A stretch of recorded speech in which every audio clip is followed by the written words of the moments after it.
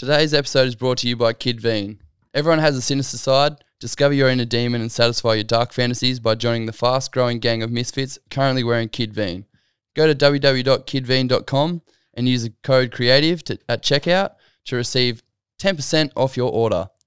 Every time one of you guys uses this code, I actually get a kickback. Affiliate links and sponsorship programs are one of the few ways to actually get a little bit of money back for content on this platform. So if you like the podcast and want to show some support, this is one of the best ways you can do it.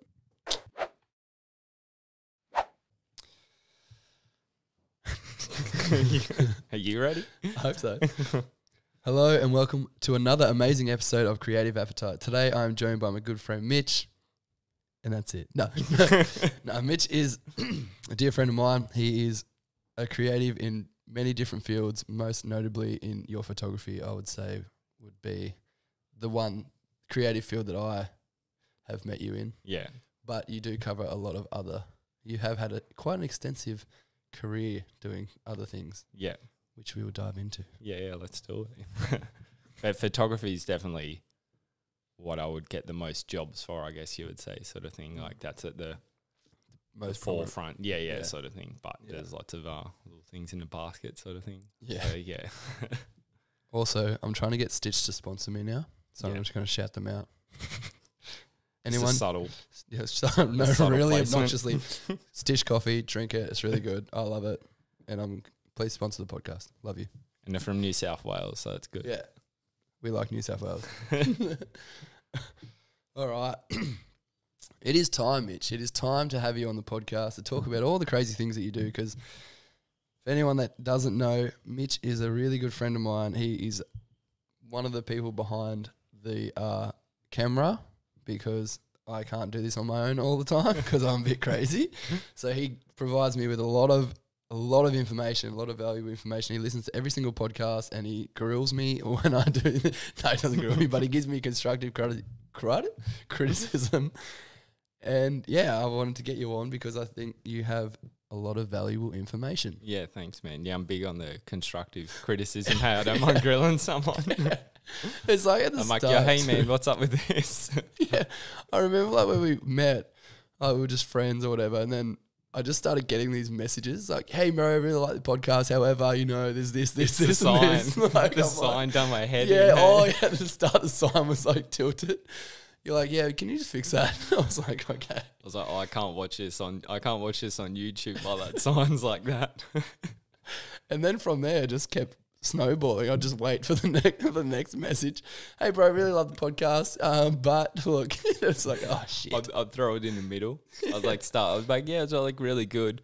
But the bathtub effect. Yeah. Compliment. And then you go down. Is that what it's called? Yeah, it's called a bar. Or in the Navy, that's what they call it. It's like, so you start off with a compliment. Yeah. And then you go down and like you go, okay, look, we really like this about it. However, this, and this could be better. And then you end on a compliment. Yeah. So like it's like to make people obviously not feel shit about themselves. It's pretty, in hindsight, I feel like pretty bad now doing it because it's almost like you're like, not I don't know, but it's like, oh, I've got to tell it to Jesse like this, like, you know, a whole sandwich is this like negative. It works, right? Yeah. And when people do it to you, it's like, just tell me, man, what are you doing? Like, just like... I don't even think you bathtub affect me anymore. I'm pretty sure you just straight up, you're like, all right, yeah, let's get to the point. It was like, was there any good things? No. Let's just sort this out. When I'm not giving you niceties anymore. You need that bluntness. Everyone needs that bluntness. Yeah, that's why you're still here. Yeah. We got some lights and stuff. Going to a new place soon. So moving to a new studio on Monday. Yeah. Up in Noosa with the girls from the collective. When I have to say TTK collective, it's really, really hard. To say it. TTK, yeah. Yeah. I'm going to tell them. I didn't click that, but my girlfriend was saying like all the girls from the traveling Komodo. Yeah, okay. And, that's what, and then I was like, oh, TTK. And she's like, yeah. And I'm like, oh. And I was like, oh, yeah, that's what that is. And she's like, yeah, that's it. Now. She's like, I'm like, oh, because I was like, I thought it was a different. She was like saying, oh, I know these like girls from like this shop and stuff. I was like, oh, no, that's like there's TTK girls like, and she's like, what? She's like, no. And then I'm just going to say, yeah, that's the same people. I'm like, oh. She's like, switch on. Yeah, she's like, come on, Mitch. Yeah, so there's a lot of exciting stuff. And like the merch is coming out as well, which is like really crazy, like really high-end quality fashion made. It's really high quality material, like the highest quality material. It's all handmade, and there's only going to be a limited run of shirts. Yeah. So that's 20? coming out 30. 30. It's Right. 30. Yep. So if you're listening and you want one, just message me and I'll give you the details on how you can get one.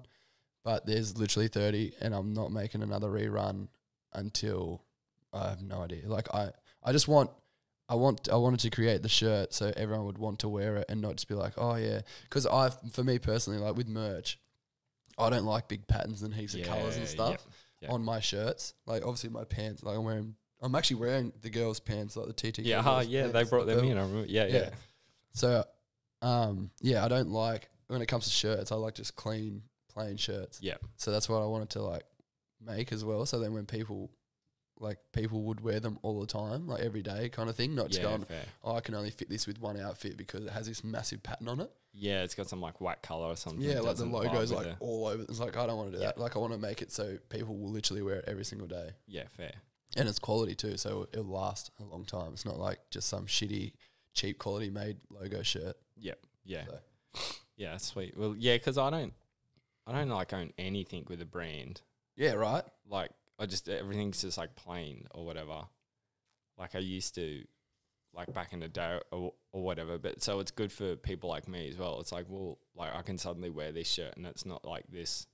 It's still your shirt, obviously, but that's people will find out regardless. Well, it's going to be the small details. There is a few little things on there that will define the shirt for what it is. Like, and you'll know it's from my brand. Yep. But it's just like, it's a very small, subtle detail that you wouldn't like.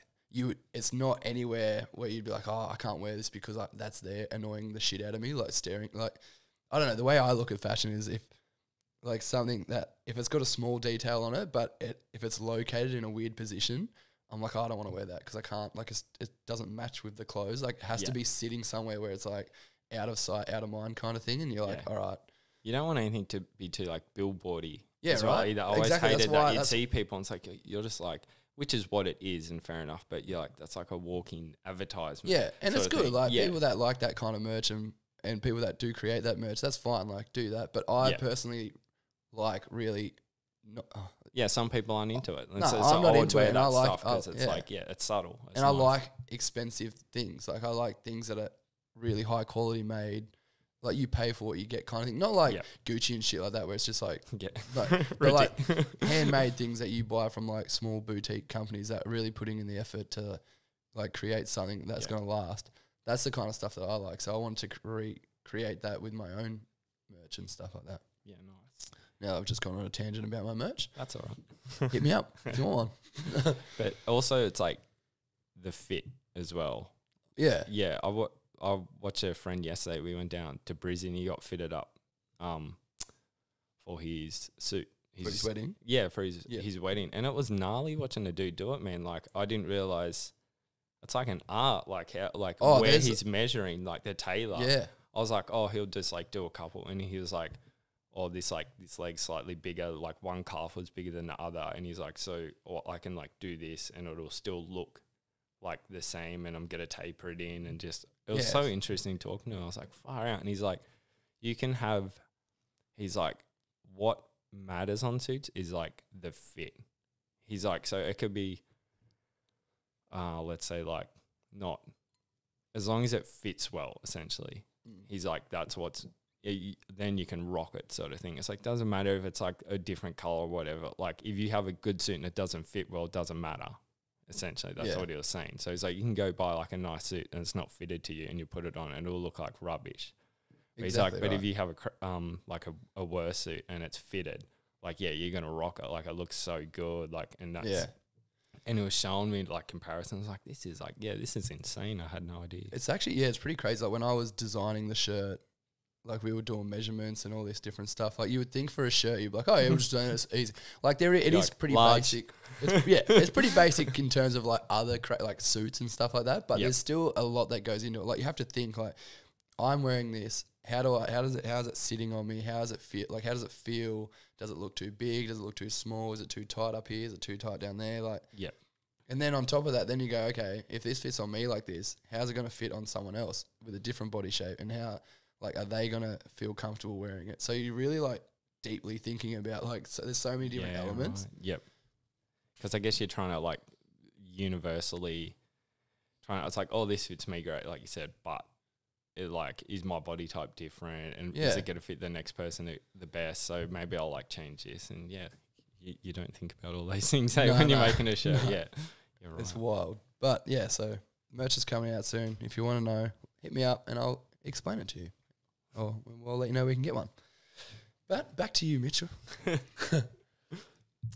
So in previous conversations when we have been not on the podcast, you've mentioned like heaps of different things. Like, you do some really cool stuff, I think. But I wanted you were doing stuff with, like, BMX companies way back in the day when BMX was, like, a really big thing. Yeah. I'm not saying it's not a big thing now, but it's not really at my forefront in my visions, because but I remember when I was growing up, it used to be huge, and I love bikes. So I was like, oh yeah, BMX is sick. Like, it's the best thing ever. Like the Dew Tour and like all those kind of things. Yeah, man. Like X Games or whatever. But I feel like there was a moment in time where it really was big, like kind of around the late 90s, early 2000s. Yeah. Area, whatever. Like, it was like huge, and like Matt Hoffman and stuff were like really pushing it and making it massive. Yeah. But now, I don't know. I think I don't know if it's because I just don't personally see it. So I'm like, oh, maybe it's not as big as what it used to be, or maybe it hasn't. It's kind of just gone to the wayside, because I feel like there's so much with social media now. It's like you can't tell what's big and what's not big, because there's only like a couple of things. Like Kim Kardashian, right? She's massive. She's always going to be massive. She's in every single person's life at the forefront somehow, whether or not it's like you're actively looking for her or she just pops up on the news. Yeah. But like BMX and like sports that you might not, like BMX isn't like a main sport. It's like a sub sport now, really. So I don't know if it's as big as what it used to be back then, or if it's kind of, or maybe I just can't see it. But it's waves. Like BMX has always been waves, because I worked in a bike shop as well. So I worked in a bike shop while I was doing like everything else in BMX. So you would see like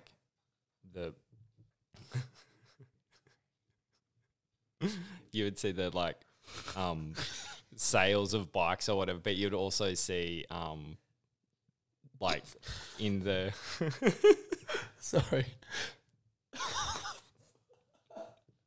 Rob's being condemned. Amateur hours over, mate. Come on, brother. I know you had yours yesterday, but like I wasn't here. This is my time to shine. So if you didn't just hear that, Rob's just come down from a shower. He's obviously checked his phone, didn't realise that his videos were just going to start going off. Just start checking reels over there. Are you okay? He's like, oh, shame on you. No. It's like, oh, what could go wrong? It actually freaked me out too, because I was like really in the moment. Then I was like, where's this? I didn't know where it was coming from. I was freaking out. I was like, is this my phone? You just leant on something and you don't. Well, that's a new button I didn't know. You're right, Rob. Keep going anyway.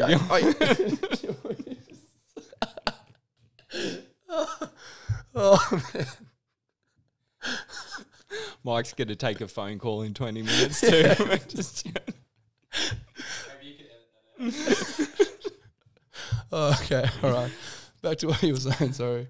No, but yeah, BMX, I don't know. I think BMX always got associated with like other extreme sports like skateboarding. Yeah. But like skateboarding is like skateboarders think they sort of have it tough with like, oh, we're like getting into the limelight, but like try being a BMX rider, sort of thing. We looked at them and like, you have it heaps better than us. Right. So it was funny when you'd see a skateboarder and then there's like surfing again. So like 50% of like most people have surfed, or like on the coast, I should say. Like a lot of people surf. In Australia, I think it's pretty big. In Australia. So, and then you go back to sort of like skateboarding, and it's like, it's not as like surfing where all the beaches are, I can go do that. It's very easy for like both genders to enjoy sort of thing. Like back in the 90s and stuff, like skateboarding and BMX wasn't like sort of open to everyone sort of thing. It was a bit trickier to get the maybe equipment, go find a skate park, find like, it's like the beach is always there. It's pretty easy to get an old surfboard off someone sort of thing. So, Yeah. but BMX is, it's like had waves. And I think when I was sort of in, it was like that 2010 to like 2014, it was just this good, like, it just worked. Like the magazine I was working for was just like strong. Web edits had a strong presence.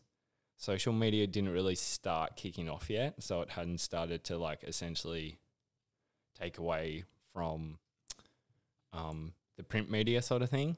So it was like coming in and it was like a new thing for us. I'm like, oh, cool, but it's not like now, like we went like, let's film a whole day, let's blog, let's do all this stuff. It was just like you do it once a week as opposed to like every hour sort of thing. So it's sort of, but I'm sort of out of it again now, but like looking at it, and I went and hung with some dudes not too long ago, and it's like, it's getting pretty big again sort of thing. Like, I think they're just getting more love because of that, and then like more sponsors and that sort of thing. And so social media, I think, would definitely have a big part these days. Yeah. Like, that's the thing about social media is you can just find something that you really enjoy, and then there's just endless amounts of content that you can just keep watching all day, every day. Yeah. And that's in any field, like photography. You want to go look at 20,000 different photographers, mate, just jump on, type photography on hashtag, and you will find, like, it's just great. Like, and anything too, like the most bizarre things that you would have never thought of when you were growing up. Like, there's like, I watched a documentary about mushrooms, like Fantastic Fungi. Oh, on Netflix. Great watch if you're into that kind of stuff. And there's like people that get together and just go out in the forest and start picking mushrooms, and they're all like really excited about it, and they're all talking about it and like sharing mushrooms. It's like, I wouldn't have never known that there's people out there. There's like a whole little sub-genre of people that little community that love that shit. And I'm like, that's so cool. But you would have never knew about that when social media wasn't around. Like, people weren't, like, granted that wasn't a documentary, but still, if you went onto social media and was like mushrooms, you would literally just find endless. It's like, social media to me is like Reddit. Yeah. You can just find whatever you want, like anything, mechanic wise, technology wise. You don't even have to, like, before when you were younger, you had to go to uni to like learn stuff, or you can literally just go on YouTube now and learn everything. Like Premiere Pro with editing, you could become a professional just off YouTube. Yeah. Yeah, you can just source anything, well, I shouldn't say, like most stuff off the internet, and do like, get yourself a really good education from that. It's like, in our era, like, it's so cool. I think our era is cool because we're on this like verge, this like cusp. Like, I remember you had like school assignments and you went to the local library. Like, it was so cool in a way. And then you had to like source a book and then like read this book about it. It was just like hilarious to think about now. Like, imagine saying that to like a kid now. It's like, oh, like, ride yourself down to the local library and just like find an encyclopedia or this about this. And they're like, what? Like, you just got this thing that does it yourself. So anything's not too hard now, it seems like. No, everything's so easy. Yeah. But then in saying that, everything's so hard. True. Right? I don't know. I think because, like, the attention span thing, like, I've been thinking about that it's insane. And I catch myself doing it. You see everyone, you go to a cafe and it's like, man, like, people this is going to start affecting people. Like, I don't think people are realizing now, but it's like, where's this in 5 years? Like, people aren't chatting to people. There's not them conversations anymore. Cause it's a scary, scary thought, man. Like, oh, I get it because it's convenient. Like, when I was in, like, say, a waiting room the other day, like, you sit down and I was like, I wonder how many people, the percentage, and I think it was 4 other people all on their phone. Do you know what's... So it's like, what do I do? Interrupt someone and be like, hey, like... Yeah, but like, the thing is, what it's done, this is my own personal view. It's like, what it's done is that it's... Because I remember, I was literally talking to Rob about this yesterday. Like, I remember when phones first came in, right? Like, iPhones and stuff. Yeah. And I had this thought, I was like, oh, I can see where this is going to go. Like, I can... Because you start to notice your own self going, oh, I need to have my phone in my pocket. Oh, I need to have my phone with me. Like, I can't not have it with me. And then, like, you catch yourself in moments going, oh, this is a problem. Like, I can't even, like, not have it now with me. Like, it has to be everywhere with me. It's like now it's a part of my identity and shit, which is disgusting to think about, because it's like, if you lose your phone, anyone listening, you cannot deny. Like, if you lose your phone, right, the world has come to an end. Like, a lot of people would freak out. You know how people talk about, like, so I can't remember, I was listening to someone talk about it, but it's like, you give way more time to things, like, so you lose your phone, everything stops. Like, all your time just now is focused on how to get my phone, can I get a new one, where is it, like, your whole zone focus is on that phone, right? But if you were to put that same amount of energy into your own projects, imagine how much shit would get done. Yeah. But you don't, but for some reason, these things have, like, consumed us to the point where it's like you can't even go out now with your friends. They're on their phone. Yeah. Like, with your friends, your own friends. Yeah. It's like, put your phone down. Yeah, yeah. Right? I do this too. I'm not like saying, everyone's guilty of it. It's guilty. Really hard to find someone that genuinely doesn't I like to think I'm good with it, and I'm like, you're pretty good. But then I'm like, at night still, like, the worst thing is when you're watching a movie, right? And you go, who's that? And you go, oh, yeah, and you start looking it up. Yeah. And then you're on, like, and it's like, what are you doing on Instagram again? It's like, well, let's watch a movie or something. You don't even know. Like, you just switch into it, and then you're like, oh, I'll go search this person. Next minute you're on fucking TikTok. Oh my God, I got to stop. Sorry. I'm so sorry. I'm saying the F word.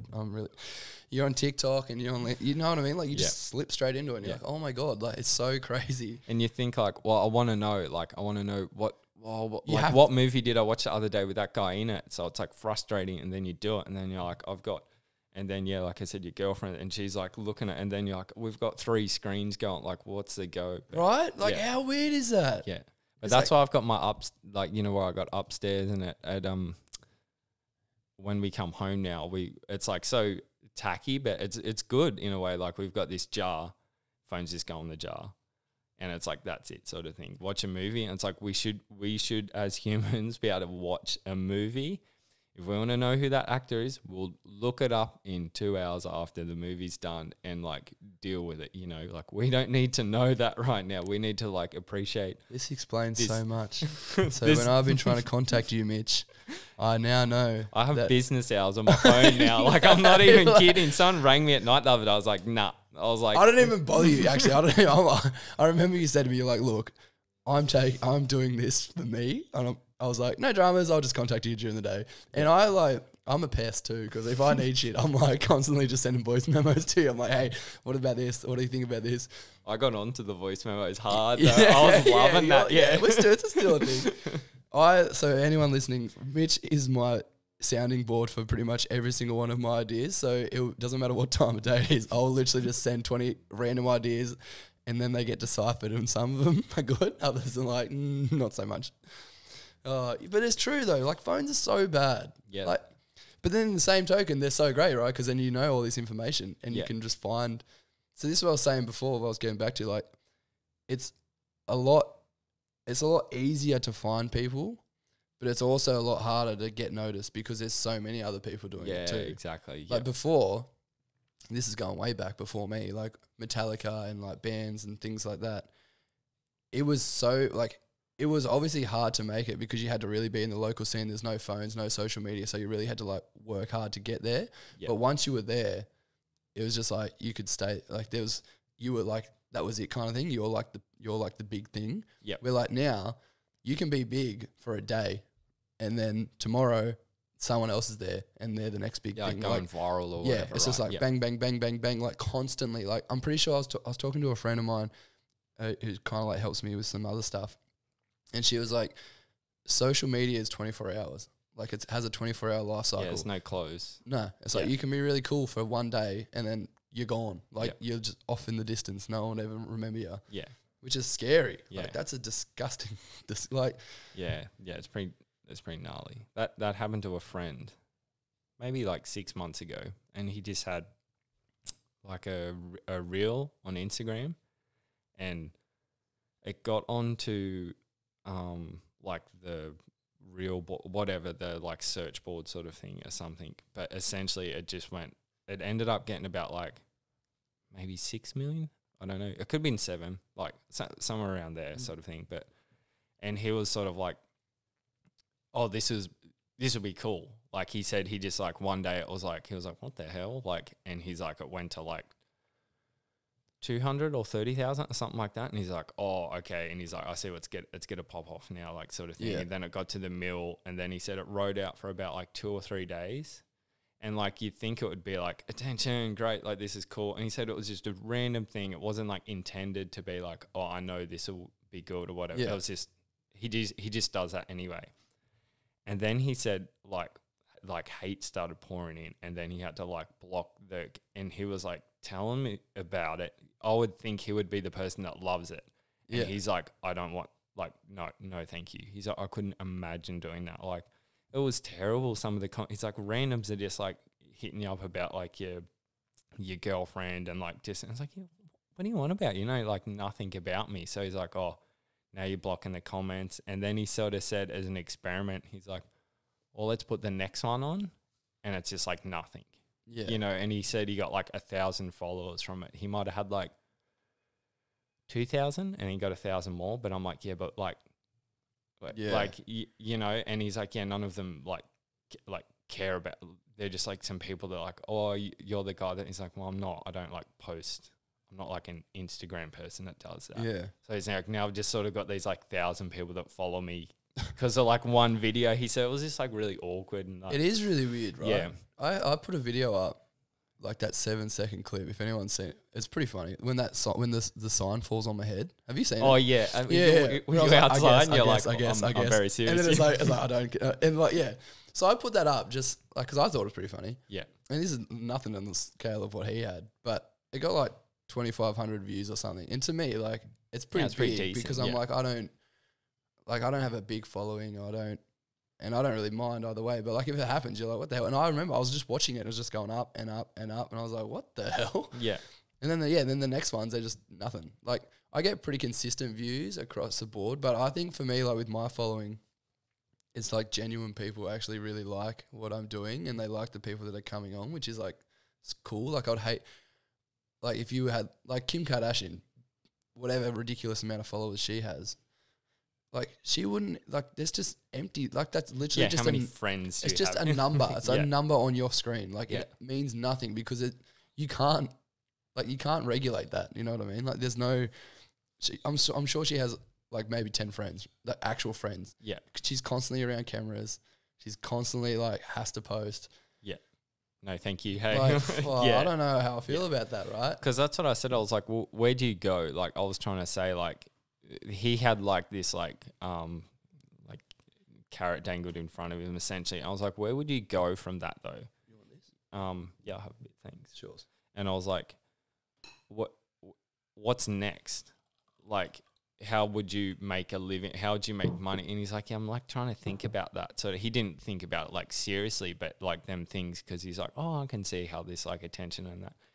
And he's like, yeah, so then I'll just have to like have this like fake like facade of like, oh, this is like me, and I'm like this like this is like this funny thing. And then he's like getting influenced by this like people that are watching him for this thing that's sort of not really him. And then so it's like daily he's going out of his way to do this, and it's like you just build your life up around this like false pretense of like, yeah, this is me and like this, and then it's like but like how far does that actually get you, sort of thing.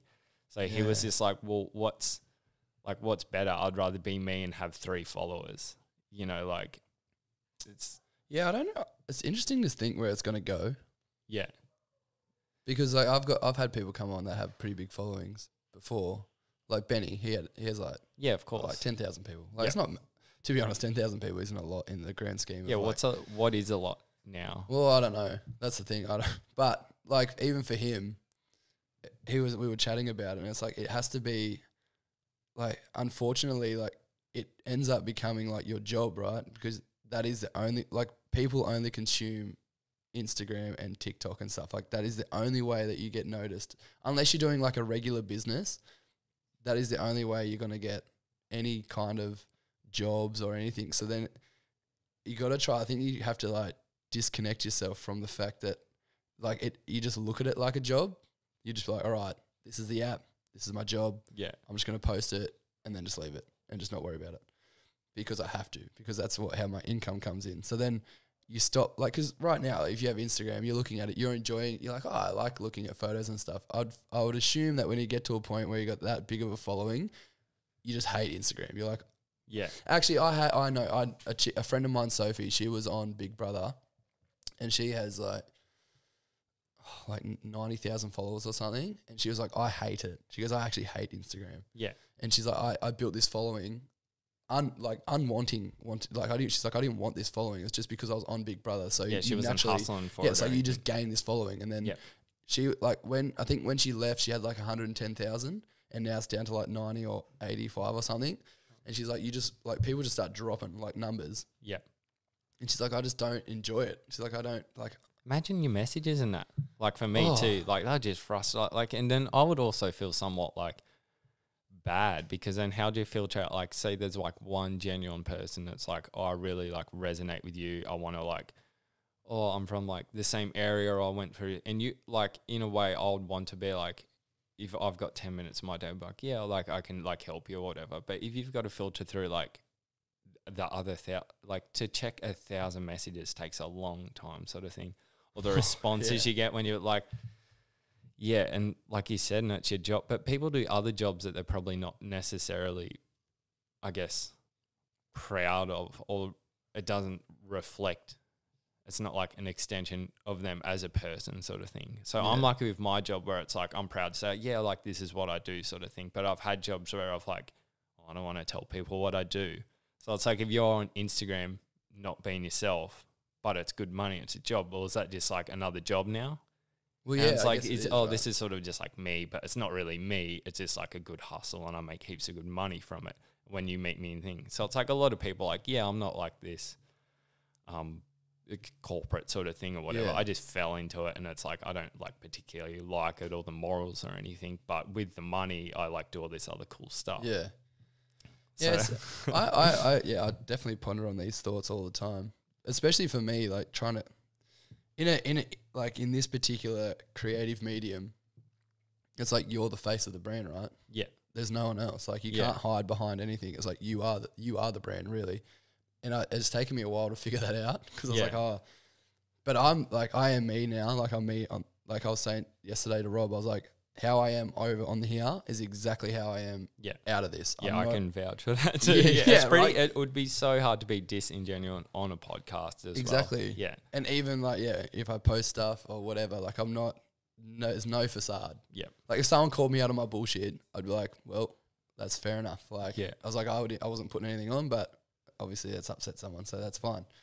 But yeah, I couldn't imagine building this. And like the other thing is like for me, it's like, how could you live with yourself and be someone else and have people genuinely like, because if you put on a different personality and you're like, and people are following that personality, they're like, oh, I really like this person for this personality. And then outside of that, you're an absolute arsehole. Yeah. It's like you've just ruined, like, you know what I mean? Like I couldn't imagine how that works. Like at least for me, like the people that follow me, I hope that they're following me and listening to this podcast. One, because I have amazing guests on here and things like that. But I'd also like to think there might be a small percentage that are like, yeah, I really like this person as a host. Like he has a great personality and like the hardest thing for me personally is like it's really hard to like look at yourself and go, oh yeah, I enjoy my personality and like I like to speak about yourself openly. Yeah, man. Like you're like, I don't know if this sounds humble or not. So you're like, oh man, like you got to draw the line of like, am I cocky now? It's like, is this like confidence? What's actually like healthy for you? Yeah. Because that's something most people struggle with. And like, have you ever caught yourself saying, I quit a job like this one time because I was just like out of something and I worked at a cheese factory at the time, right? Love cheese. Yeah. But then like you're out. So in my head, I was like, am I ready for what you want in life? So at the time I was like, I could have a girlfriend. Like I'd love to have a girlfriend sort of thing. Like I was like early mid-20s or whatever. I was like, I've been single for a while. Like I could. And then I'm like, when I meet this girl, I've got to tell her I work at a cheese factory. Like, and I remember being out, I was like, I'm not ready. Like, I'm not proud of that. And I left because I was like, I can't. That's not me. Like, I'm not proud to say that. It sounds odd, but I was like, nah, I don't want to be out and like, oh, what do you do? I work at Jet. And they're like, all right, like Loser. yeah. And I was like, oh no, hear me out, like sort of thing. If you work at a cheese factory too, that's fine. Like, I don't mind. But for what I'm trying to say, if that doesn't fit or slot in with what you want to do, or like I said, maybe like an extension of yourself, like sometimes you can find jobs that's like, oh, that's like super fitting. Sometimes you meet something like, oh, that's a curveball, like I didn't see that for them. So that's what I always wanted. Me working at a cheese factory is not an extension of myself. Like, it's not a passion of my. I love cheese. Don't get me wrong, I love the cheese. Cheese pie is pretty good, but like it's not like it wasn't like a goal I was trying to hit or anything. So when you find yourself doing that, and then you've got to be, like you said, you've got to be more confident, or you realize like, no, I've got to get myself into that like spot I want to be in now, sort of thing. Because if you're, I don't know, like, because then I've also found myself when I am doing something I like, same thing again. It's always when you're introducing or it's like a fresh thing and someone's like, oh, what do you do? At the time I was doing, like, I was a photographer. That's what I was doing. I was literally just about to ask you this because I know we had this conversation. Yeah, I was yeah. Like, I really want it. I was like, here we go. I was like a photojournalist, and I was like, oh, like I just didn't say it. And my mate was there, and he's like, he's a photographer, like, and he's like, it was with a girl, of course, like, and he's like, and then I'm like, nah, like, he's trying to like do, and I'm like, and she's like, well, what, like, she's like, she was just confused, she's like, what, like, what the hell? And I'm just like, yeah, and she's like, well, what do you do? And I was like, yeah, well, that's what I do. And I was like, yeah, that's what I do, like, and I was like, no, I'm like stoked with that. I was like, that's not like arrogant or anything, like, I put myself there, that's what I do, that's what I want to do, like, cups for me sort of thing at the time, you know. And then, but it was just, that was the first time I was like, oh, and then she's like, well, like, what did you do today? I was like, well, I went and took photos. And she's like, did you earn money from that? I was like, yes. And I was like, okay, yeah, that's what I do, sort of thing. It was just sort of like hit me, but it's like, for a lot of people, it's tricky to say that out loud, or if you do say that, like right now, people could be like, oh, that's like a bit cocky or arrogant. It's like, not really, I'm just saying what I do, and just because it is something that I've tried hard, or you might not have tried hard and got yourself in that into that position, like, well done, sort of thing. Like, I'm not going to get offended if I'm like a CEO of the best companies. Like, I'm the CEO of this company, and I'm like, well, if that's what you do, cool. Like, I don't think that's arrogant, you telling me that. I think I don't know if it's anywhere else, but I definitely think it's like an Australian thing. Like, society has made you feel like if you celebrate your wins and be confident about it, it's like, he's too cocky, bro. Yeah, well, that's tall poppy syndrome, right? Right? Yeah, I think it's very... It's like, why can't you just be like, yeah, like, if I was getting paid for this podcast and this was my full-time job, it's like, why can't I be proud of going, I just do podcasts. Yeah, like going out meeting people. I'm a podcaster, and someone's like, oh, like, what are you on about? Yeah. It's a sad... The world is very interesting. Yeah. It is. I think people are interesting. I think, yeah. But getting back to... there's so like, we could chat for hours. But in terms of your photography, where did it start? And like, what were you like? Because when you started doing, were you just doing like weddings and things like that? I did do weddings, but photography was always like, sometimes when you're the worst bike rider, you normally just like get the camera. Like, well, I can't do that, so I better just try it's this. Like 5 people at the skate park, and you're like, well, I'm not doing the best trick, so I better film everyone else doing it, sort of thing. So I sort of slotted into that, but it was also just, like, I've got memories of when I used to ride like my motorbike around and stuff, and I just like take my parents' camcorder out, and then like you'd sit at home and you'd watch it, and that went into BMX, and then it went to cameras and everything like that. So it sort of went from there, and then I've always had like a job, some good, some bad. And then creative stuff was always like the side hustle, or I always gave myself a safety net. So I was like, let's not delve right into this, because a friend told me once too, which it sort of freaked me out, because I was like, I want to be a photographer, and it was a point where I was like shooting music, weddings, I was still shooting BMX, and I was just shooting everything. And he just said to me, it was sort of like a backhanded compliment, but it stuck. He was like a little bit my mentor at the time, and he was really good at photography, but he just worked a standard job. And he's like, "Yep, there's nothing worse than sucking the fun out of something you love doing." And I was like, damn. I was like, that's true, you know, sort of thing. And that's like, for him, that's what it was. But for me, it stuck because I was finding myself when I was like shooting weddings, which I don't particularly enjoy. I was like, yeah, I'm doing it. This is like, I caught myself, I was like, I'm doing this. This is like stressful. It's money and stuff. But I was like, I need to stop. I need to just shoot what I like.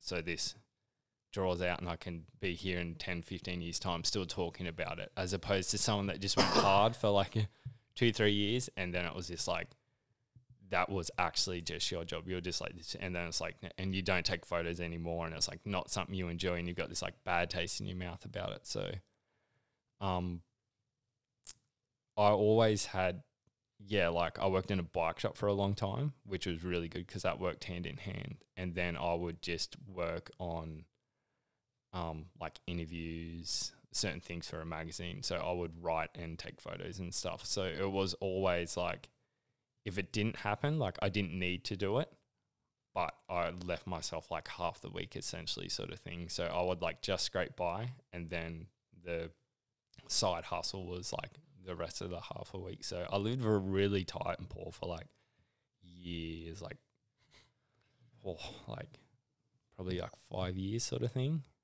Like proper 3 digits in the bank account sort of thing. Like, you know, like that. But it was great. Like, and I've never been happier. I shouldn't say that as in I'm not that happy now, but that was like genuine. Like I was doing what I loved and stuff like that. So yeah, there's something about being poor.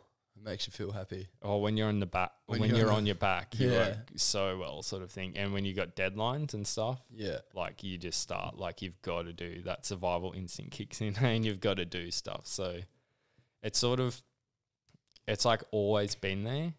It like I said, it sort of kicked off really from BMX, and like a lot of people do, or skate or surf or whatever. But and then I sort of went into other things. So I was like, oh, could I do weddings? And I was like, nah. Did music. Music's fun. I really like music. But where I was living, it wasn't very like practical to sort of keep that up. It wasn't going to work, sort of thing.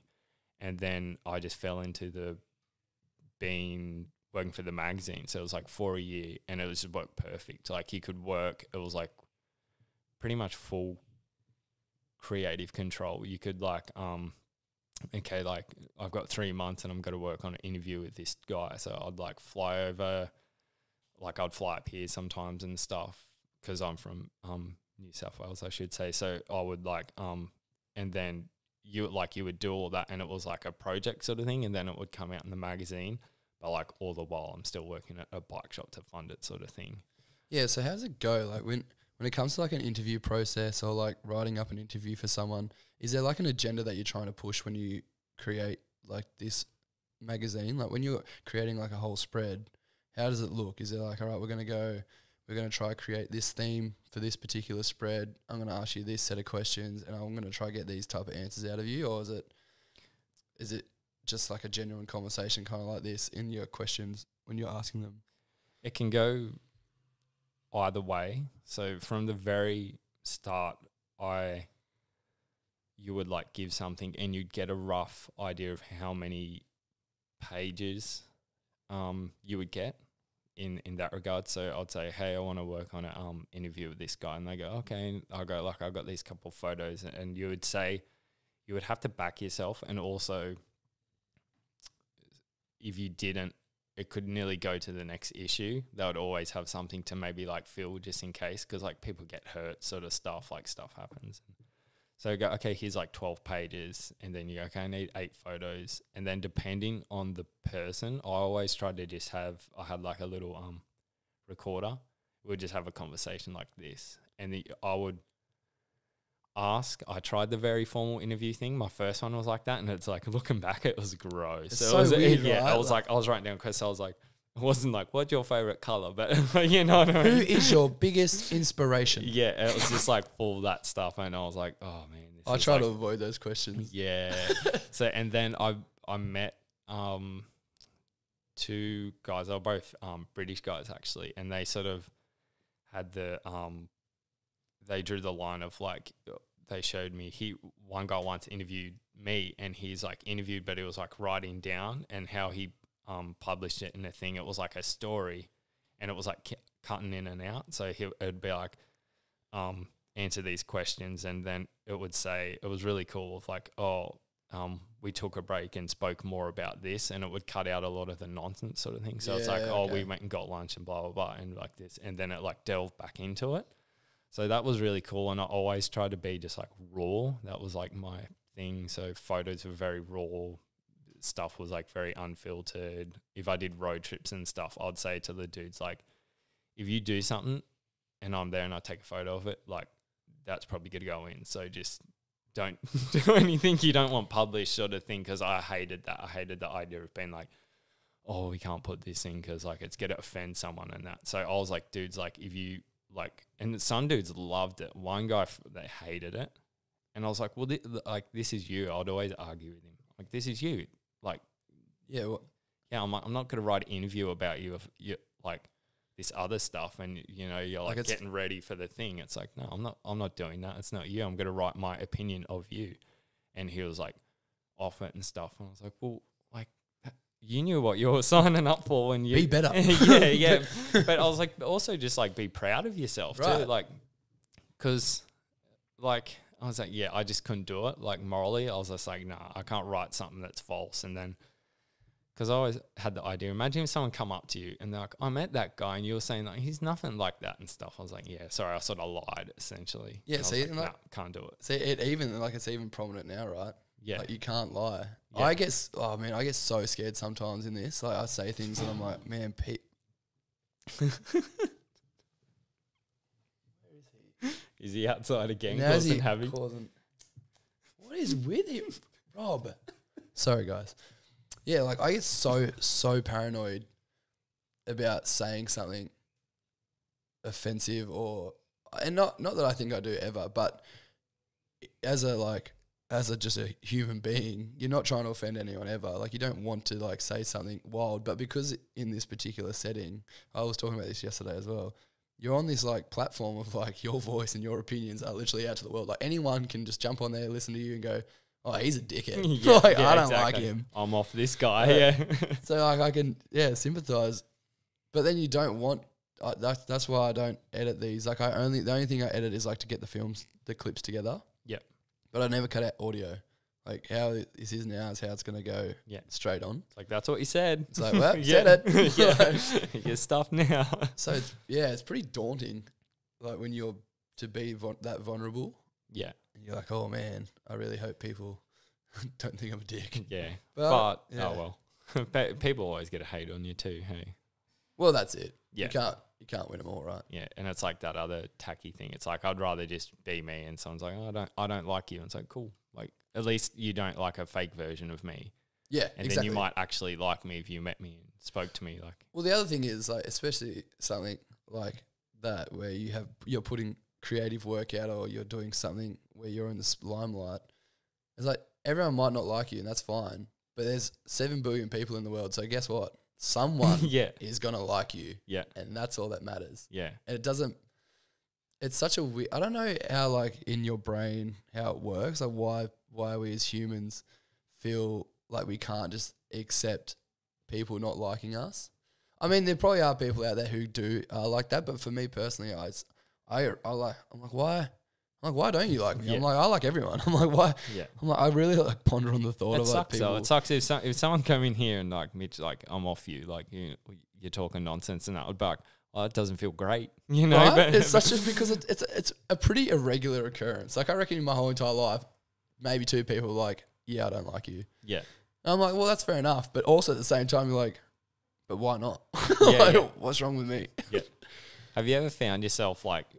It's always when I've been like at a vulnerable, is like a good word, like stage in my life, and you might be like nervous or something, or it's like after a breakup or something, let's say, or you move, and you'll not be yourself just because you're a bit rattled from something, and then you'll weird. Like you're reflected, like you're off that. So you're like, oh no, I'm not being me, and then you're trying to like chase back up to it. Yeah, you're like backtracking. You're like, oh yeah, no, so you're like, no, and then like you're trying to get that, yeah. and then it's like I've noticed it's the most time when people are like, oh, that dude's a bit weird and stuff, but then you're like, that's not me. You're like, yeah, no, that's not me. And then it's like just one day it just clicks, and you just like nearly just go like, fuck it, like you're just like, I'm being me again. But you're like, I've done that before, and then everyone's like, you're just more comfortable to be around and stuff. Yeah, I find if you're hungover, it's the most vulnerable state. You're like, that wasn't me. It wasn't me. like it was, I don't know. It's just weird. All actions and words said last night. I regret everything. No. So let's talk about your local scene. So for people that don't know, Mitch is he works with the Film Lab. You still working with the Film Lab? Yeah. So I'll like contract for the Film Lab. Yeah, like that's I said, what I I'm mean. not Like, on their books. No, you're like sorry, that wording. See, yeah. So yeah, but the reason why I'd talk about this is because you're really super knowledgeable. Really super, mate. man, I'm killing it. You're really knowledgeable in like film photography, in particular black and white photography. Yeah. And I want to know, because I had this conversation with Casey recently when she jumped on, and it was about like the difference between like black and white and how much depth you can actually get out of black and white photos. Yeah. So for someone who obviously knows a lot about black and white photos, what is like the defining factors to differentiate a black and white photo from another black and white photo? As in, do you mean in regards to like converting a photo over to black and white? No. Like if you had two black and white photos right next to each other, you know, sometimes there's like different shading in it, one particular photo, and but it's not due to the photo itself. It's due to like however the black and white film has come out. Yeah, if that makes sense. Yeah. So essentially, the biggest things I would say would be like shadows and highlights. So do you mean the grey areas essentially of like and that's all stuff that's really cool, because when you start developing or darkroom printing and stuff, I've only darkroom printed a couple of times, but it's like, it's really good to do that because you see it, like you literally, it's like magic. You see it happening and you can see it's like, oh, you can pull this out now. So even though you shot it like that, you can like pull it out. So you can like watch it start to be developed, and then you're like, oh, I like it right there, so I just want to take it out and I don't want it to develop anymore. Yep. Yeah, okay.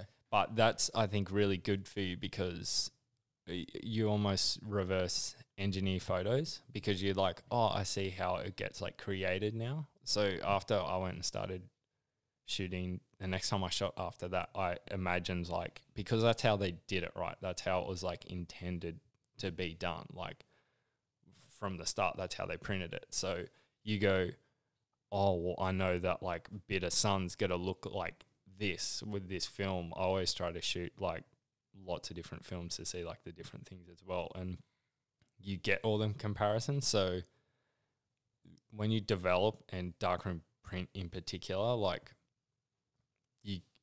you really notice that sort of stuff. Like you come back and I'd say reverse engineer is like the best way to put it. Like you really think about your photos more in that regards, because like a digital camera, you'll do it and you shoot it and you look at it and you're like, cool. But the difference of like, I know this is how this is going to look when it gets, this highlight's going to look, or this shadow's going to look, sort of thing, how black this particular part's going to be if like, when the sun's moving, if I'm like on like a more of an angle to it this way. So it's, I know it's tricky to explain. I'm pretty bad with like technical terms as well. I always say this, like I'm just like, this does this because I've done it and I know it works. Like, I don't know the terminology, yeah, but that's what it does. Yeah, I couldn't say like what chemical reaction and stuff like that, but and yeah, so end statement for me.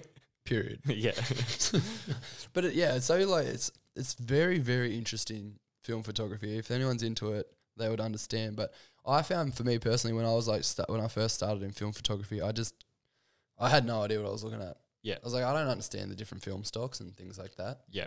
So for someone coming from who understands film photography, not me, obviously. Yeah. What, like, if you were to explain film photography to someone when it comes to like buying certain particular films, how would you differentiate them all? If you're like, all right, if you were to start out, I would recommend buying Kodak 400 because it has these qualities. Yeah. But if you want to like get more specific and start changing up your style, maybe look at like Cinestill 800 or like, do you know, does that make sense? So it's like Kodak Portra is like the go-to sort of thing. And it's easy because it's forgivable, I guess is a good word. Like you can stuff up exposure. Pardon me. You could be either side and still get a good photo. I shot one thing and I shot it with Kodak Portra 160, and then I shot it with 100 Provia, which is the color slide. What's color slide? So color slide is like the one that you could hold up and see exactly what it looks like, as opposed to the negative film.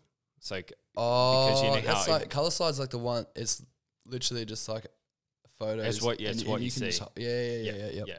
So, and that is not forgiving. Like I had like probably 70% good photos on the Portra. I probably had 5 maybe on the others, because if you're like off the slightest bit with that, like the highlights will just blow out sort of thing. Like it's hard to shoot with sort of thing. And when you say highlights, because there probably are people that don't even understand photography, are you talking about the amount of light that's coming off the photo itself? Yeah, like in this particular one, it was like the reflection off the water. Like you're getting this bouncing water and stuff. Waves wrong, you just get this big white like sort shoot. of. Yeah, yeah. With the Portra, it's like it's not like a lot of the colors still in there. It's not as bright. It's not as white. So it's forgiving. You can like edit it a bit better and stuff. It's really hard to recover some of those photos from the slide film. I shot heaps of slide film. I went through a big phase because I just love the blue. Like in some of them, you can get the bluest. If you shoot above like F16, you can just get this like blue, dark, deep blue sky that you can't probably really recreate with anything else. And I just like love that look. And also with flash photography, it was really good. Like you get nice like reds and yellows as well. So I got very used to that. But shooting that natural light would be like really tricky sort of thing. So I would say if you're like starting out, all the negative film is like great. Like it's very forgiving. Yeah, that's another thing, like terminology, like negative film, color positive film and all that. Like what is that? Like what is negative film? Well, it's negative because I think the term negative would just be because it's like I'm not like too sure actually, but you're like, oh, I'm not too sure if you would say like if that's the film itself or if it's like a negative. You know what I mean? Like I don't know if that's called negative, like, oh, I've got my negatives. Or you just say it's negatives because it's a negative film. No, I'm pretty sure you would say that because and then you would say I've got my slides because you've got your slide film. Right. That's what people would say. So, so that's what I mean when I say negative in that. But that's for that I would start out and then certain black and whites too. Like T-Max, I love T-Max 400 sort of thing, and that's also very forgiving. And you can go like up or down a few, and you're gonna still recover it pretty well. Like you can be pretty good with stuffing it up, like an exposure, being over an f-stop, down an f-stop. Yeah, so like when you're talking about going up and down, you mean like you can go up a couple of stops, or you can go down a couple of stops to like underexpose or overexpose. Yeah, and you still get something from it. So the other day I was shooting and I just knew, I was like, okay, it's like f5 and in direct sun, it's going to be 500. And because I had like an old medium format camera, and if I go into the shade, it's probably going to be 250. And I wasn't even like light checking because I just knew the film I had in. I was like, it's going to be good enough. I'm not going to get really any closer, and I just know. But with like slide film, I'd be like out there metering it and stuff. You know, you're like, well, oh man, this is going to look shocking. Like, but with that film in, you can just go like pretty crazy sort of thing. So where did it start? Because I think at the moment film is like a really big thing. Everyone is enjoying taking film photography, which is cool. Yep. film photos. But I feel like maybe you were in it a little bit before the hype started. Well, I just always, it was as simple as I remember opening up a magazine. I was like, I like these photos. What are they using? Yeah. Yeah. What did they use? And I met my guy, who I would call somewhat my mentor now. And he was very good because he just wasn't a gatekeeper. Just I'll tell you everything sort of thing. I'll show you exactly how I'm going to do this thing. At the time, couldn't do it like him. Like he set it up and was like, go take that photo, or you have to. I just couldn't recreate what he was doing. So he probably knew that in a way. It's like, I can tell you all the information, but it's all this like practice and where I've got the information from to get me to where I am. So I just saw something. I was like, what camera was that used? I remember I saw a guy it was a BMX Games once, and I just saw his photos in a magazine, and he was there taking a photo, and I was like, hey man, like, and he's like, hey, he was super friendly dude. He was really cool. And I was like, oh, like, what's set up to you? He's like, what camera is that? And he came over, he's like, oh yeah, like, yeah, this is this. And I asked him I was like, oh, I saw you took like this one photo of this guy. Like, how did you do that? Why does it look so contrasty?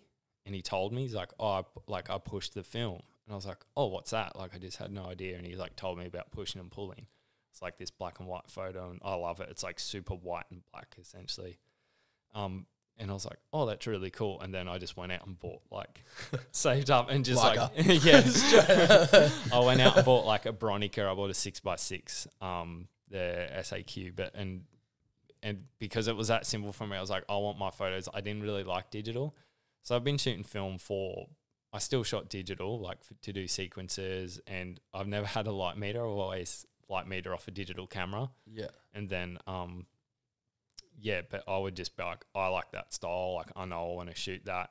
And then someone's like, yeah, if it was a digital camera, I would have bought a digital camera. But I just liked because some people were shooting Hasselblads in that magazine as well. Well, I didn't fork out that money. I could not afford one of those. Yeah, so like, if you want the poor version, here's this one. So I was like, sweet. And I just bought. I had a 75mm and a fisheye for that Bronica, and I loved it. And I shot like 4 years with it, with those two lenses, 2 flashes. With lenses, how much do you know about lenses? Because I always find this so interesting. What is I'm not too good with like when you start crossing it into like, oh, at full frame this would be, because I only ever shot with my camera. More meant like the actual, if you were to get a lens and pull it apart, what actually makes a good lens? Oh, they're gnarly. Like why? Because just a glass. I would say the biggest thing is a glass.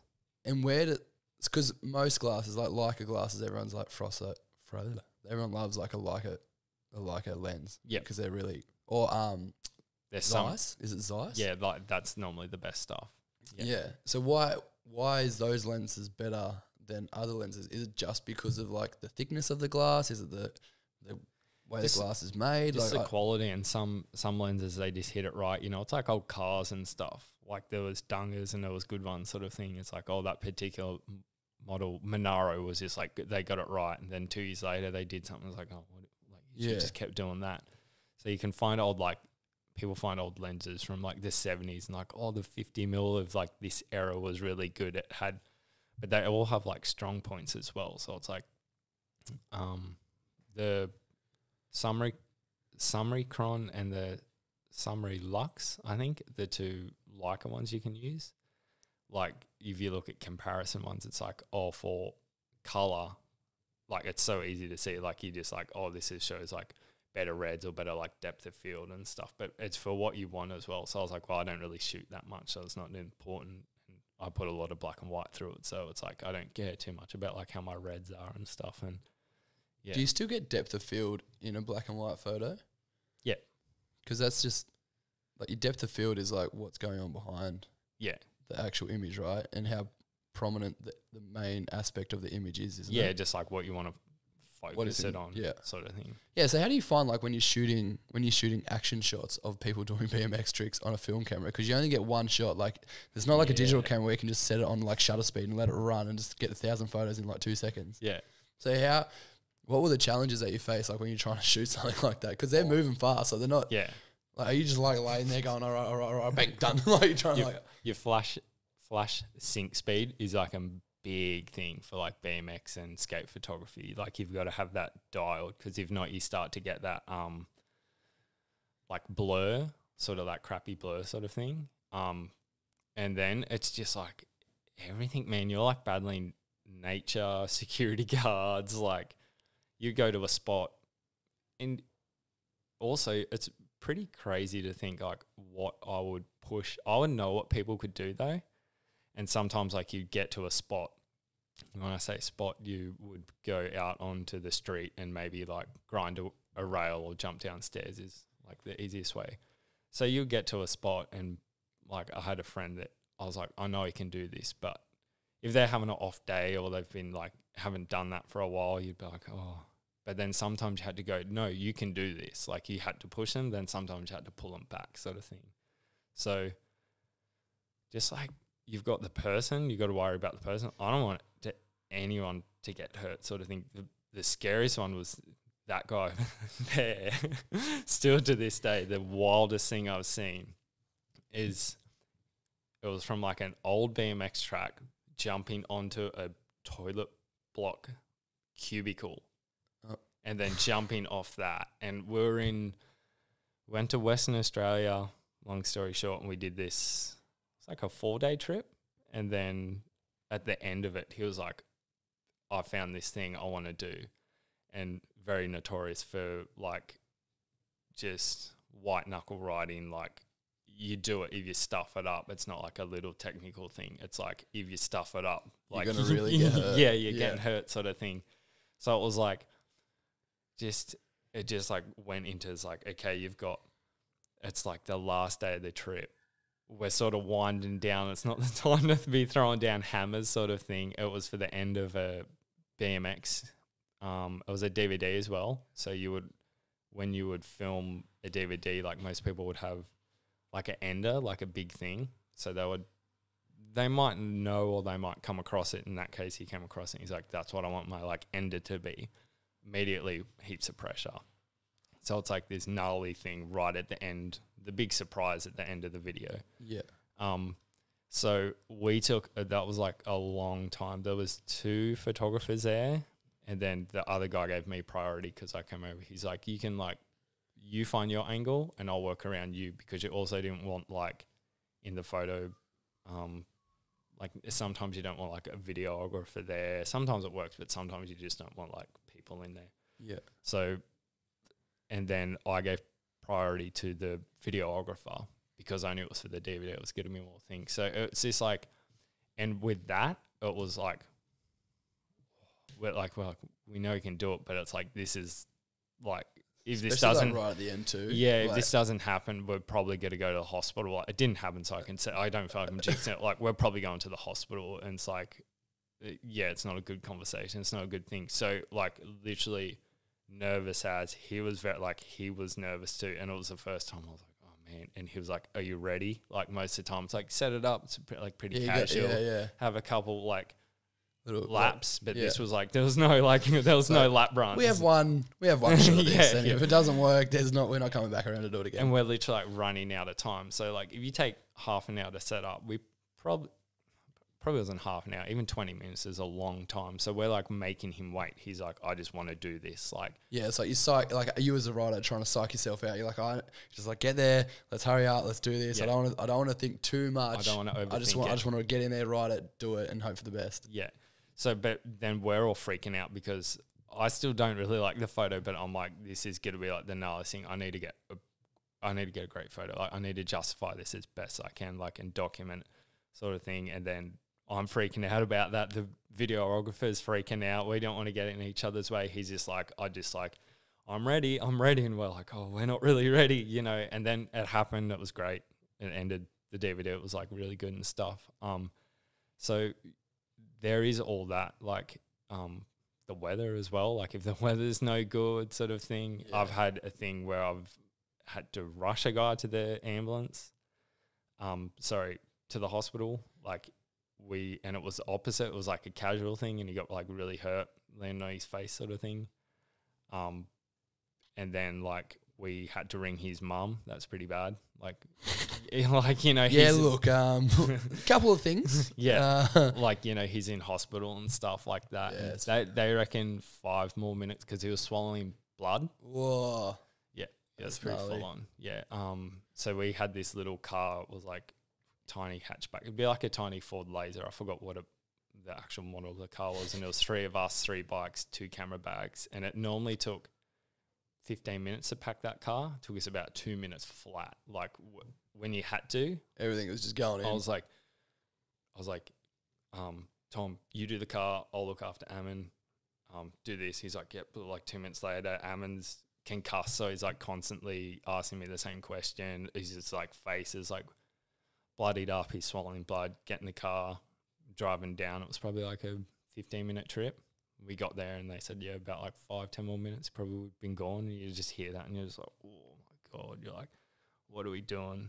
Like, what are we actually doing here? Like, yeah. It's pretty. And you don't, heavy, like, man. I feel like terrible, you know. And but the first thing is, it's not your fault. Like everything I'm doing, I want, like, if you weren't there, someone else would take the photo. Like, you're not making me do it. So that's a big setback sometimes as well, because you never want to like influence anyone to do anything they shouldn't, sort of thing. But you want it to be as easy as possible. I'm not good. Like, you couldn't take a photo of me doing it. Like, I'd hate it. So for these guys to be like, I'd be like, hurry up, don't put that my way. I don't want to see that. You know, I'd be like freaking out. I just want to do it. And if I do it, if you get it, too bad. But some dudes would do it like 4 times for you too. Like, they're like, oh, did the photo work out? We'll just do another one for the fun of it. And you're like, okay. Like, Yeah, I guess you don't really think about a lot of that stuff as like a person viewing the content, right? Like, Yep. you're not really thinking about all the other elements that are going on. yeah. And you're not getting paid most of the time as well. Like, you might have a sponsor, you get paid nothing. Like, everyone's just working jobs and stuff. So you're out there like throwing yourself down stairs and rails and because you just love it and you just want to create this like photo or this interview or this video, and like it's just because they just love doing it, sort of thing. And you getting like battered and bruised and stuff. So Yeah. yeah. So like, I really, for me personally, I really enjoy like all the technicalities of projects, or like even like something like breaking down a camera lens and like things like that. Yeah. So I don't know if other people think the same as I do. I'm sure that obviously people would, but so when I have people come on, I like to really like get really down to the nitty gritty of all these like different things. Like technical aspects. Yeah, technical aspects, because then you get to like visualize the whole entire picture, right? Yeah. Like if someone's like, yeah, I go out there, take photos, it's pretty cool. Like there are some elements and stuff to it. But if someone's like, yeah, like what you just described about this story about this person, Yeah.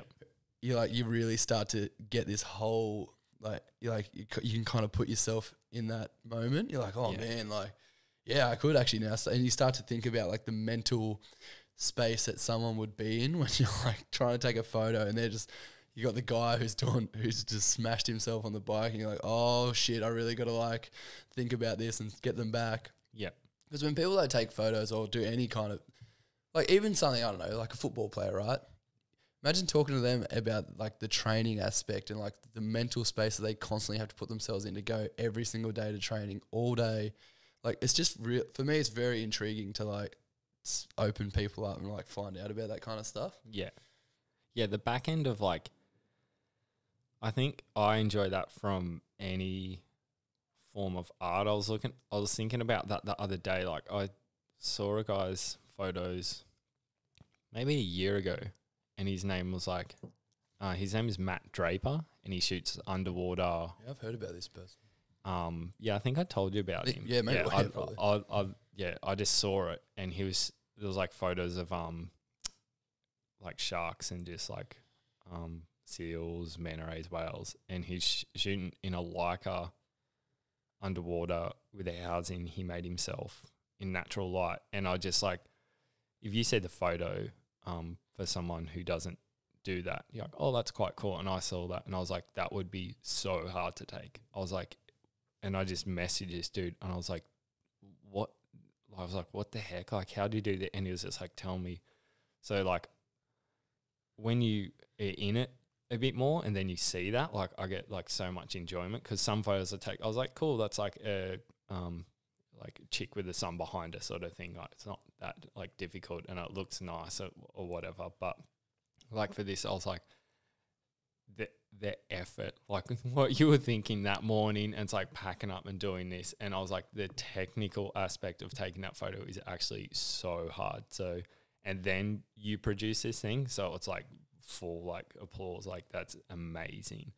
But so many photos you don't see that. Like you see all the old historic photos and stuff and you're like, oh, it's just like a person there standing there. But it's like, no, this person's like just fought a war or something. Like I've always loved like that sort of style of photography, I guess. I don't understand it with like anything else, like a painting or something, because I don't paint, so I don't know. So I wouldn't be like, oh, is that hard to do? Like I'd be looking around, it's like, you know, I don't know, is that hard? And like, yeah, like to do that technique like that in those conditions is like insane. So curiosity, right? Yeah. So it's really good when you get into something and then you start to learn a bit more, and then you can really start appreciating like what you like about photos more and stuff, and know how actually hard that is. Landscape photos, they seem so like, some people think they're like just a bit boring or mundane. It's like, oh, you just go there, right? And you're like, it's like, no, some dudes like wait for 10-year cycles of like when the weather goes like that in this particular area of the world. And they trek out there and they take it. So guilty of that. I was like, landscape photos are so easy. Yeah, exactly.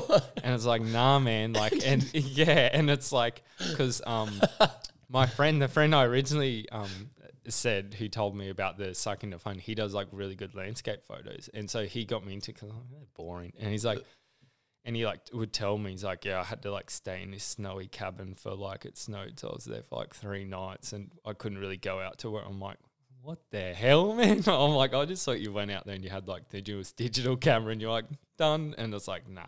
And it's like, so and then you learn that, and then you look at them again, you're like, respect. Yeah, like it's such like an ignorant, arrogant thing to be like, oh yeah, it's just a landscape photo. Like I am so guilty. I'm like, landscape photos are like so easy. I'm like, I don't understand what they're talking about. Yeah. But oh yeah, I've seen this sickest photo. So there's a guy who lives in Tahiti. And he takes photos of Chopu, like the surf break. Yeah. But anyway, it's like one of my favorite photos of all time. It's like he does a lot of underwater stuff, and he's down in between the channels of the reef. Oh, and wow. it runs like the whole way, and then it was like the deadest, clearest day, and then it like looks up and you can see all the mountains in the background. Yeah. I don't know how the hell he took this photo, but it is like, I'll show you after this, man. It's insane. If I want to edit this, I'll pop it up if I can get it on there. Yeah.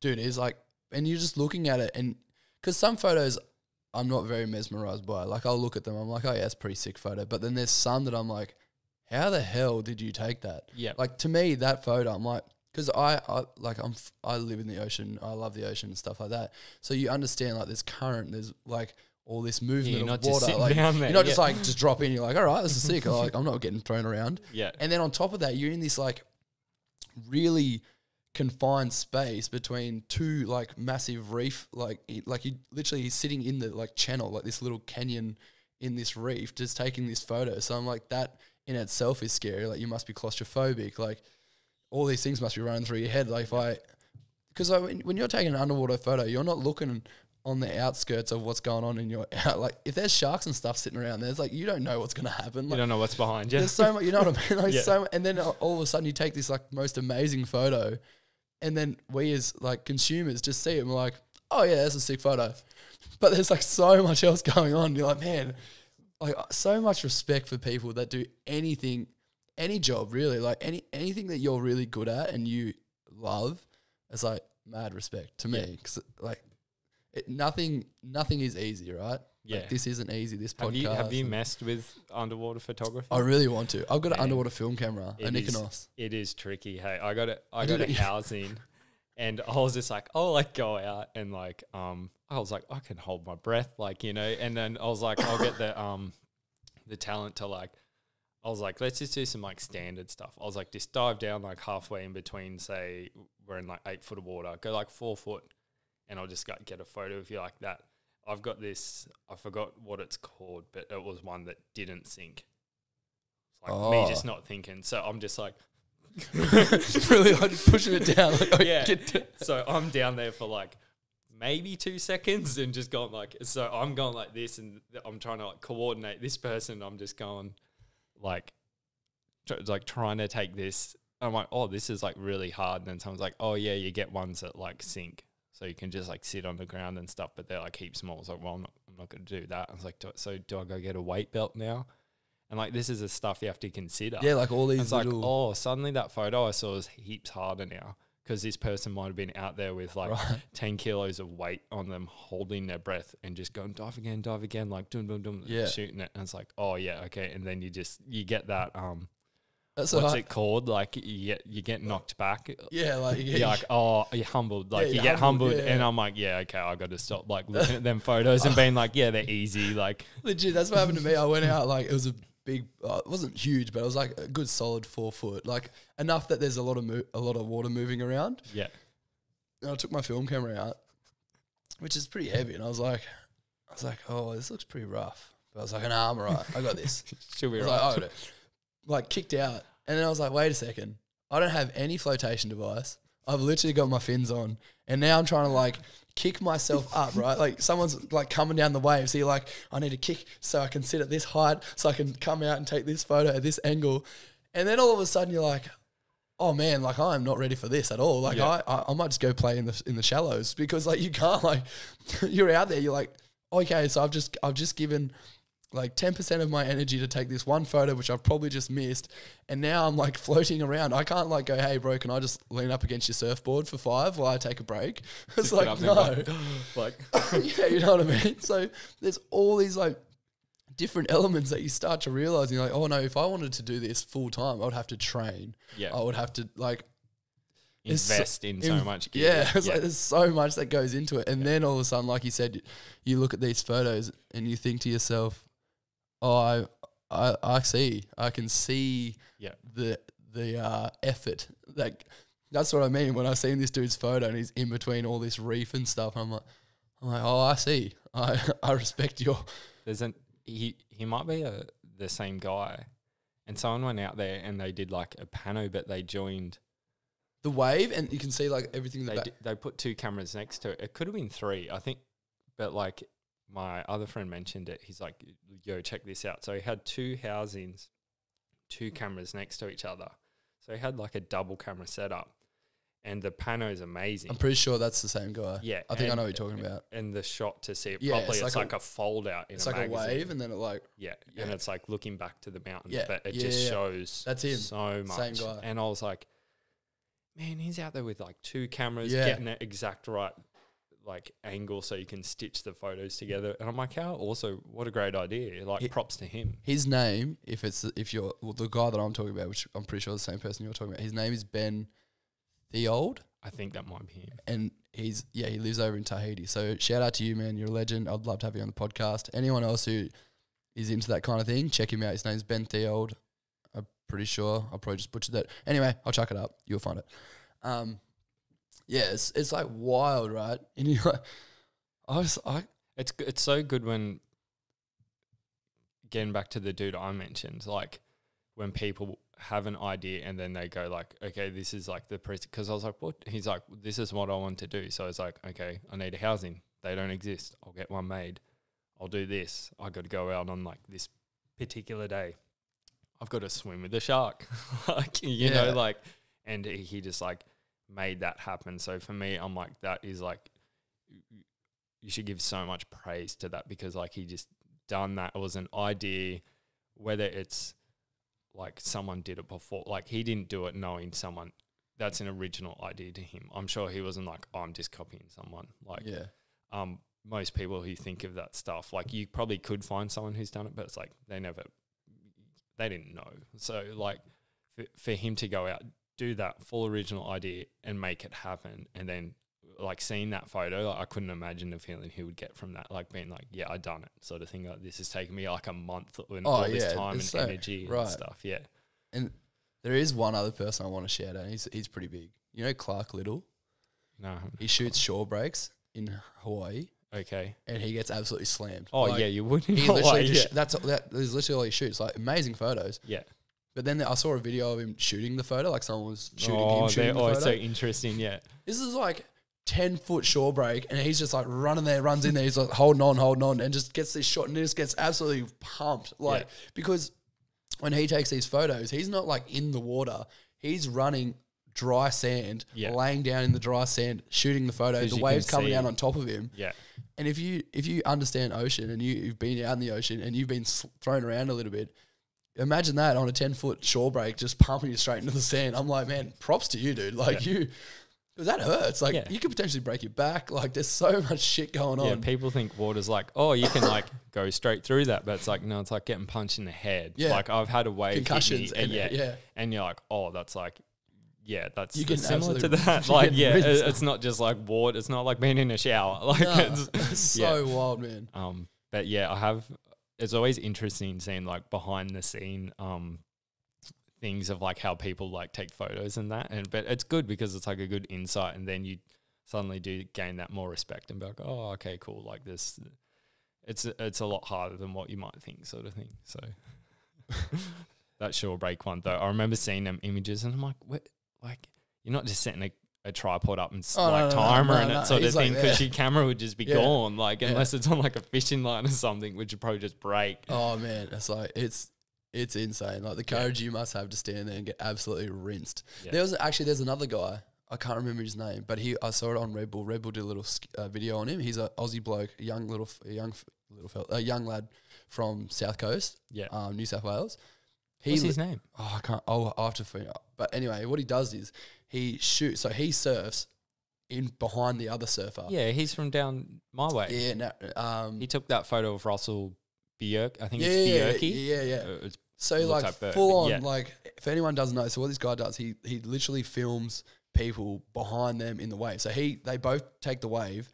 He gets in behind them in the like danger zone, and then they surf off and just. They go to they're fine. They surf off in the wave. He gets absolutely rinsed. Like every single wave he takes, he gets pumped. Like he doesn't surf out of them. Yeah. I'm like, and he's doing like huge waves, not like little like tiny waves. He's doing like big, heavy slabs in behind him just to get a shot. I'm like, you are insane. Yeah. And I have mad props for that. Because he got a cover.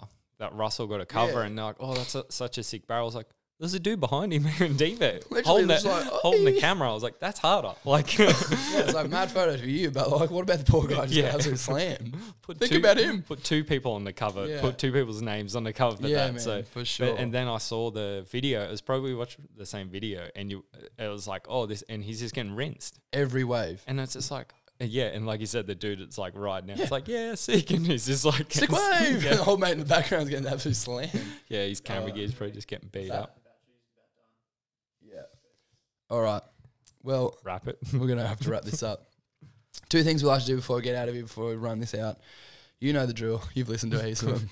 You get a shout-out a local legend who you think should come on the show, and then you get to give a bit of advice for someone who needs a kick in the ass to start their project. All right. You've probably been thinking about this for the whole entire season. I thought about one, but advice would be put yourself in the situation you want to be in. And I think I heard that. I think it was Alan Watts. I don't know if it was like that was the complete quote, but it was essentially that. And I remember hearing that, and then that's how like most stuff for me has then progressed. I was like, if I want to do that, I'll go there, I'll do that sort of thing. Do it. That's right. So, like, oh, I want to do this, I'm going to go there and do it. Like, I need to be there. I need to be there, right, to do it. So if you're not in that situation or you're not ready for that situation, like if you don't put yourself there straight away, at least get ready for it. So when it happens, because it might come to you, you got to be prepared. So I think that's super important is just, like if you want to be there, be present, put yourself in that situation, right? Like that's where you want to be. That's who you want to be. then do it. And then a local. I was going to say my yoga teacher, because she's just super cool. And she's just like a really good friend. She'd become a good friend when I moved up here. I met her. Her name's Jody. So I know like her Instagram, but essentially, yeah, and it might be interesting because there is a creative process of like when I spoke to her more. I didn't do yoga and I moved up here, and I don't constantly do it every day sort of thing, but it was one of those new things. It was like scary, and I went to one of her classes and she was like perfect. She wasn't over the top with it. She was very, for a new person doing it, she was like great. It wasn't like scary. Like I said, it wasn't over the top. And what she does though is like, it's like a story essentially. It's really cool. Like I didn't realize that about like doing a practice. So it is very creative. And she's like, yeah, and like I steered it in like this direction, and that was like the outcome of that. So it's quite cool and very creative, and to know there's like a lot more going back to behind it. She's like at home writing something back. Oh, I want everyone to feel like this out of our practice today, sort of thing. She's not just like rocking up and doing the same sort of thing. So she's great. Yeah, I'd shout her out. Might be interesting for you to talk to like very, very different sort of thing, you know. Yeah, it'd be cool. Yeah, but for sure, she's a legend too. She's a great friend as well. So I'd definitely shout her out. Jody, come on. Come on, Jody. All right, guys. Well, this has also come to the end. Please like, subscribe, share, tell your mum about it, tell your grandma. Wait for the merch. If you do have any questions about the merch, just send me a message via my Creative Appetite Instagram or my personal one. Either way, I'm cool with that. But yeah, please like, share the videos if you do thoroughly enjoy what I'm doing and what the stories that people are sharing. And yeah, you know the drill. Hang around for the next one. Yoo!